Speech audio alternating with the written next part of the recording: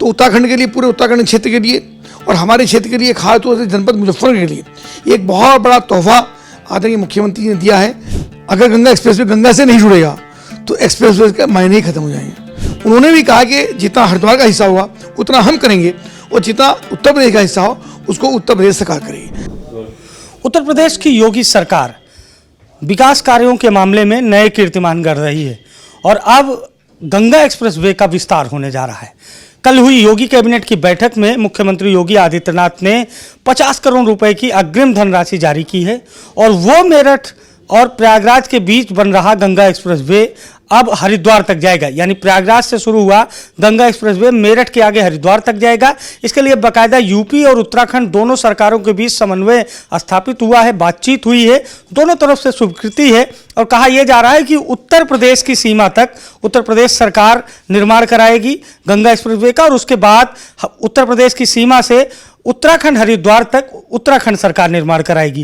क्या कुछ ये पूरी रूपरेखा है और गंगा एक्सप्रेसवे जो प्रयागराज से शुरू हुआ था अब हरिद्वार तक जाएगा, ये कैसे साकार हुआ? बातचीत करने के लिए हमारे साथ उत्तर प्रदेश सरकार के मंत्री कपिल देव अग्रवाल जी हैं।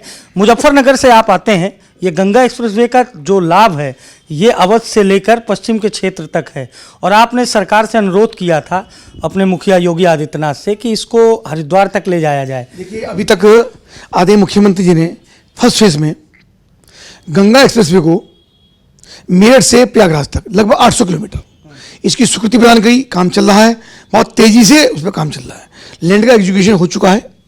अब कैबिनेट की बैठक जब प्रयागराज में थी तो मैंने मुख्यमंत्री से निवेदन किया कि अगर गंगा एक्सप्रेसवे गंगा से नहीं जुड़ेगा तो एक्सप्रेसवे का मायने ही खत्म हो जाएंगे। तो उन्होंने निवेदन को स्वीकार किया, यानी गंगा से गंगा तक, यानी धरातल पे आकर के गंगा आती है हरिद्वार के अंदर और गंगा जी प्रयागराज तक जाएं तो हरिद्वार से शुरू हो। उसी के संबंध में मुख्यमंत्री ने तुरंत उसकी सहमति उसने दी और मैं बहुत हृदय गहराइयों से उनका अभिनंदन करता हूँ। इतने कम समय में उन्होंने कैबिनेट में इस ला करके बजट में ला करके उसकी 50 करोड़ रुपये की स्वीकृति प्रदान कर दी, हाईवे की स्वीकृति प्रदान कर दी है। और आदरणीय पुष्कर सिंह धामी जी से भी मैंने निवेदन किया है, पत्र भी लिखा, उनमें मेरी बातचीत भी हुई है।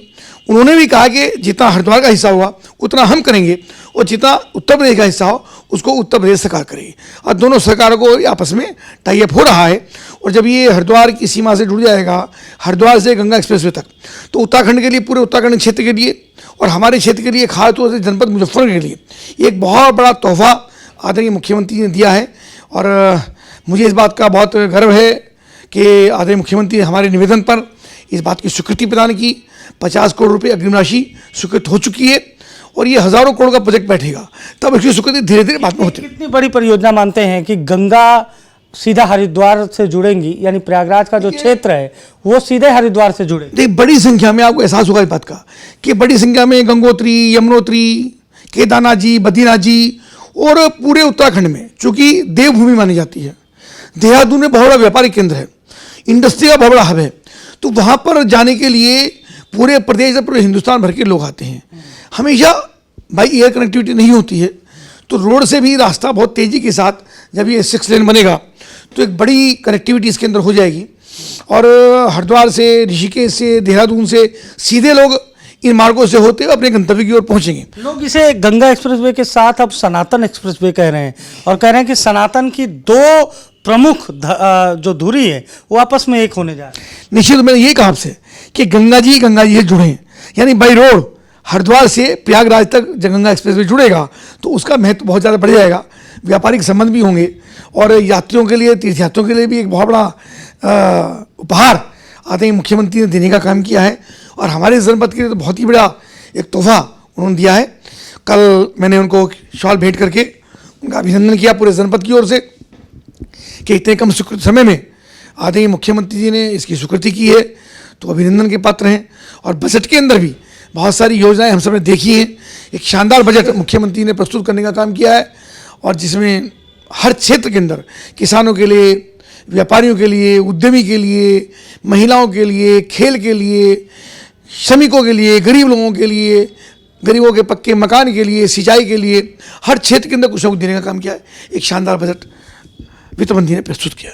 तो देखिए, शानदार बजट पेश किया, ये कहना है उत्तर प्रदेश सरकार के मंत्री कपिल देव अग्रवाल का। लेकिन सबसे बड़ी खबर इस वक्त अनादि टीवी पर एक्सक्लूसिव आपको बता रहे हैं कि यूपी और उत्तराखंड की जो दूरी है वो अब और कम होने वाली है और प्रयागराज से हरिद्वार तक ये जो गंगा एक्सप्रेसवे है इसका विस्तार होने जा रहा है और सरकार ने पहली किस्त भी जारी कर दी है।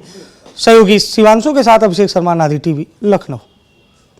अगर आप इस वीडियो को YouTube पर देख रहे हैं तो चैनल को सब्सक्राइब करें और बेल आइकन दबाना ना भूलें। अगर Facebook पर देख रहे हैं तो चैनल को लाइक करें।